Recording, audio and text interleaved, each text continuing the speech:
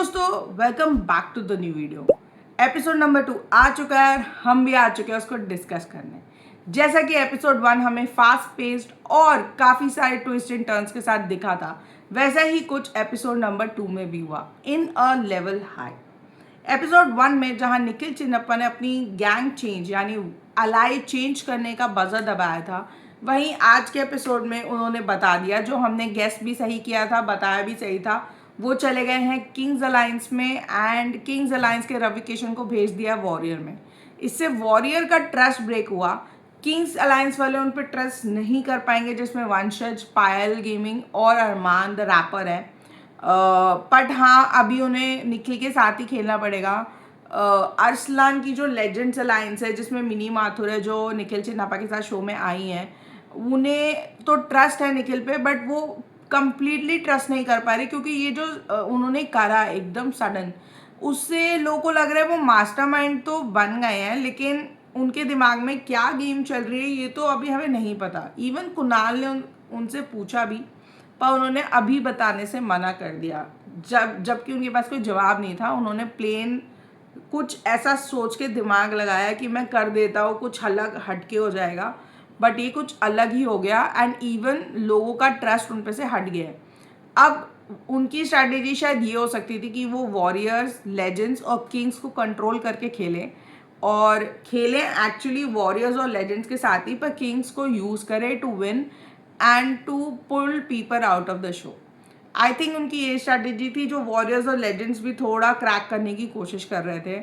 पर इस स्ट्रैटेजी से एक डिस्ट्रस्ट आ गया निखिल के प्रति सबको, एंड अभी वो उनको ट्रस्ट करना थोड़ा सा डिफिकल्ट हो जाएगा।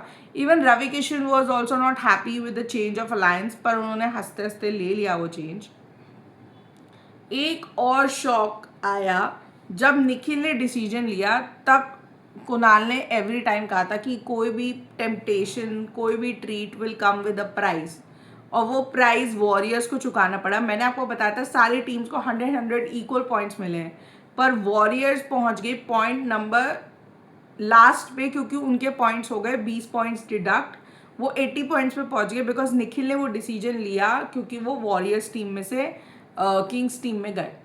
तो इसका लॉस हुआ वॉरियर्स को, और वो टेबल पे ऑलरेडी नीचे आ गए। अभी तो जस्ट स्टार्ट हुआ है, और जो हमारा टेबल है, पॉइंट्स टेबल, वो हिलना भी शुरू हो गया।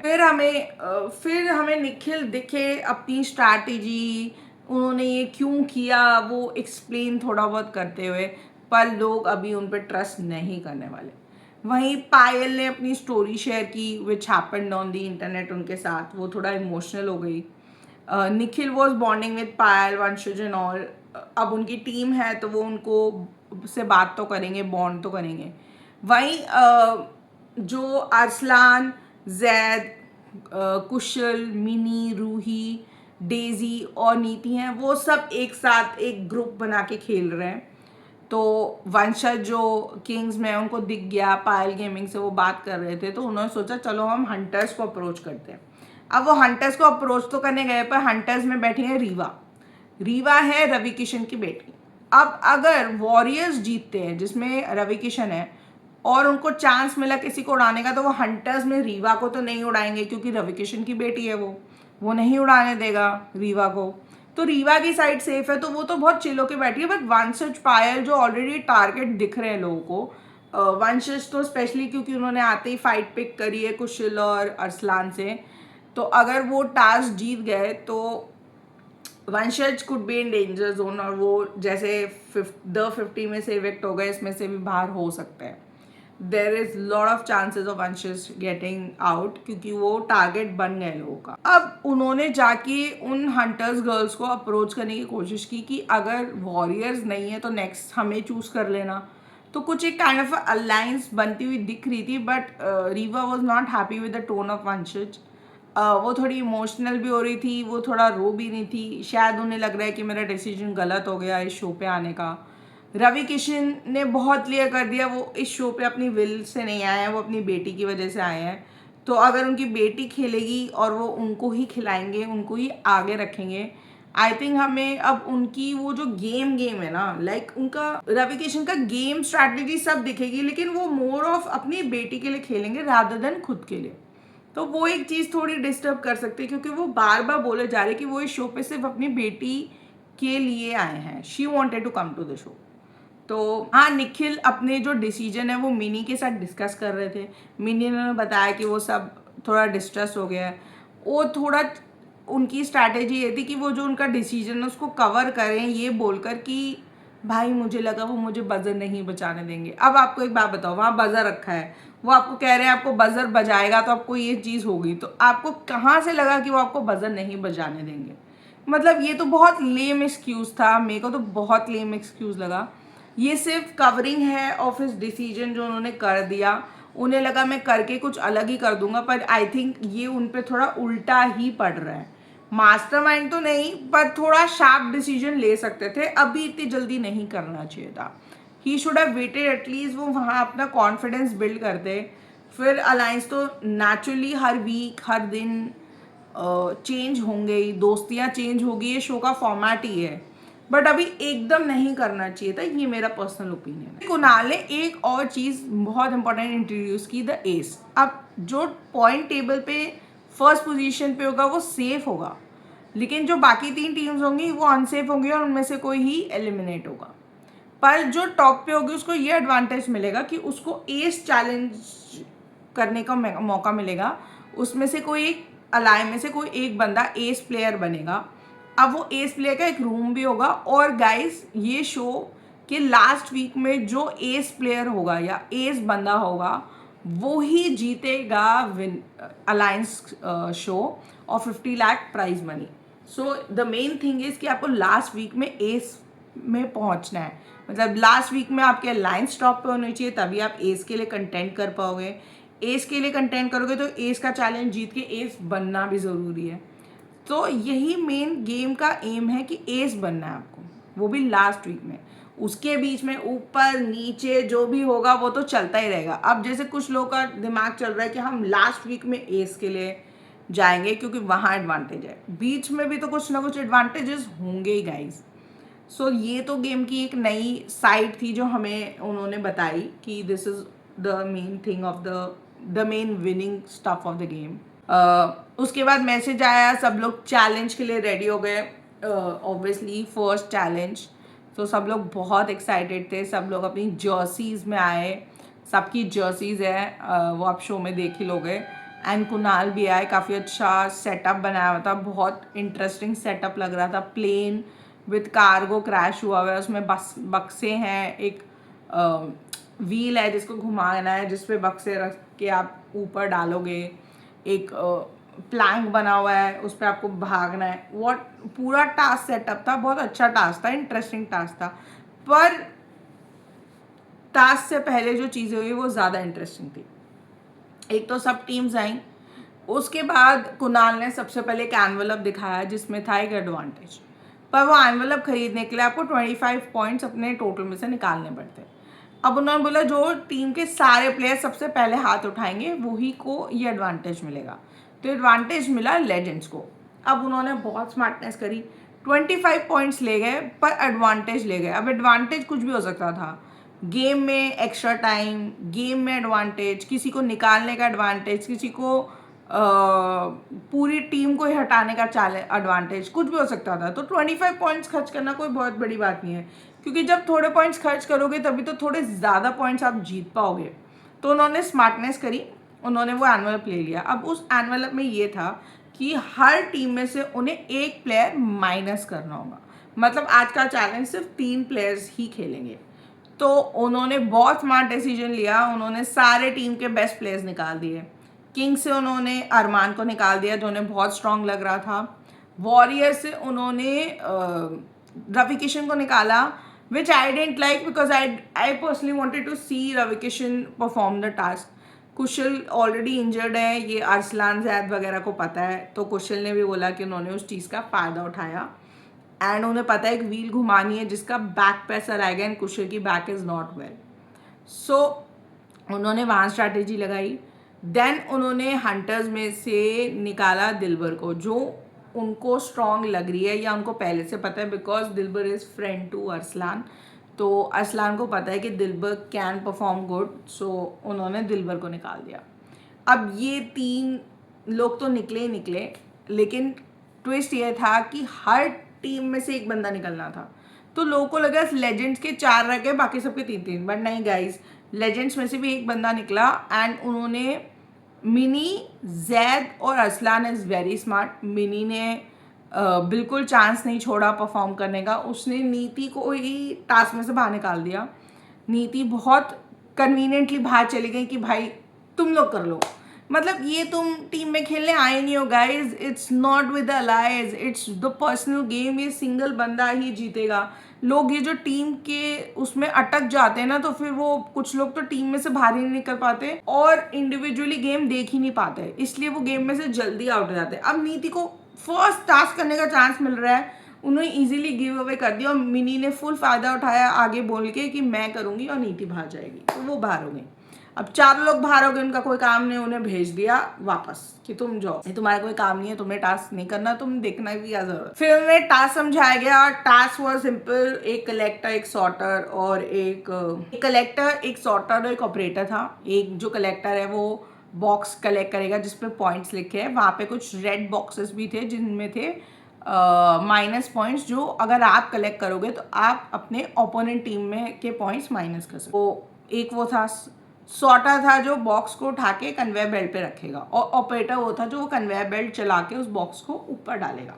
सिंपल टास्क, पर इतना सिंपल दिख रहा था उतना सिंपल था नहीं। एक तो थे वहाँ पे फुल वो फैंस जो हवा फेंक रहे थे, जिसमें आपका बॉडी वेट पीछे की तरफ जाता, और जो पूरा ट्रैक है उस पर ऑयल बिछा हुआ था, दैट वाज स्लिपरी। अब आप सॉक्स के साथ खेल सकते हो।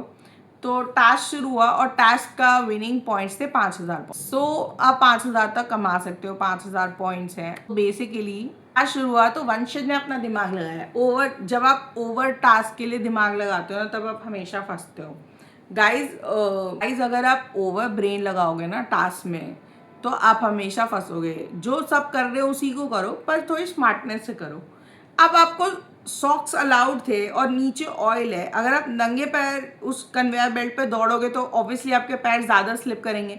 सॉक्स एक कपड़ा है जो तेल को सोख लेगा एंड देन आपको थोड़ा ग्रिप मिल जाएगा। पर नहीं, वंशज को अपना दिमाग लगाया था, वो नंगे पैर दौड़ रहे हैं, बाकी सब सॉक्स के साथ दौड़ रहे हैं, उनका पेस भी फास्ट था, इसलिए वो स्लो भी हो गए।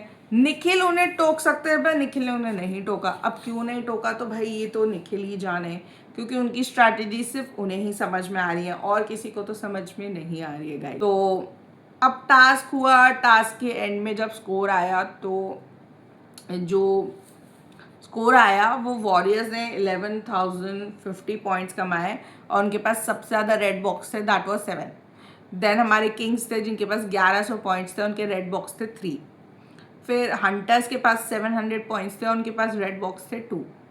एंड जो हमारे लेजेंड्स थे उन्होंने सबसे ज़्यादा पॉइंट्स कमाया, दैट वाज 2050 पॉइंट्स, और उनके पास रेड बॉक्स थे 3।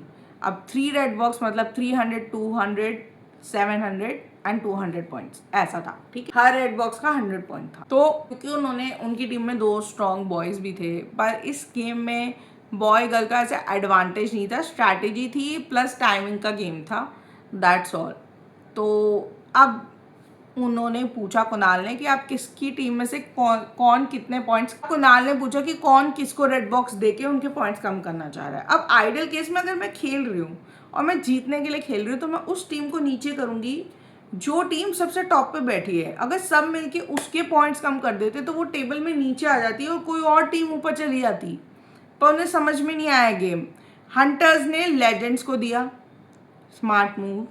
किंग्स ने, वंशज ने डील क्रैक करने की कोशिश की वॉरियर्स के साथ कि आप हमें तो नहीं देने वाले, अगर आप हमें देने वाले हो तो हम सोचेंगे, वरना आप अगर लेजेंड्स को देने वाले हो आइडियल केस में, तो हम भी उन्हें दे देते। तो उस पर कुशल और वंशज का आर्ग्यूमेंट हुआ, उनकी फाइट हुई। देन किंग्स ने दिया लेजेंड्स को, ऑब्वियसली सही मूव तो वो था, पर जो हमारे वॉरियर्स हैं उन्हें खेलना है टीम में, वो अपनी दूसरे की अलायंस बचा रहे हैं, अपनी नहीं।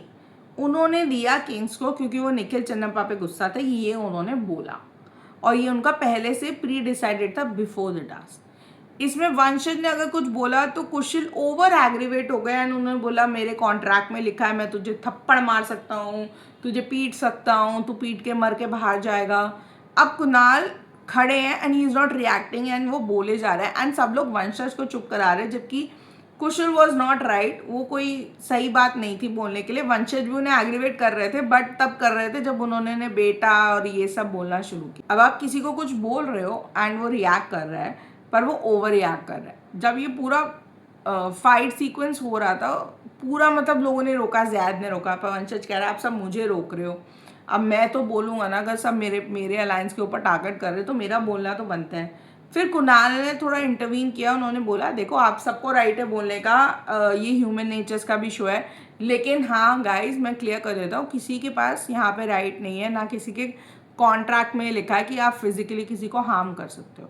That is not right. And even Nikhil बीच में आए वंशज की तरफ से बोलने के लिए, तो कुशल ने उन्हें बोला कि आपको बोलने का तो कोई हक ही नहीं है, आपने मुझे बिट्रे किया है। मतलब ये तो अलग ही लॉजिक चल रहा है भाई लोगों का, बिट्रे कर दिया तो आप बोल ही नहीं सकते।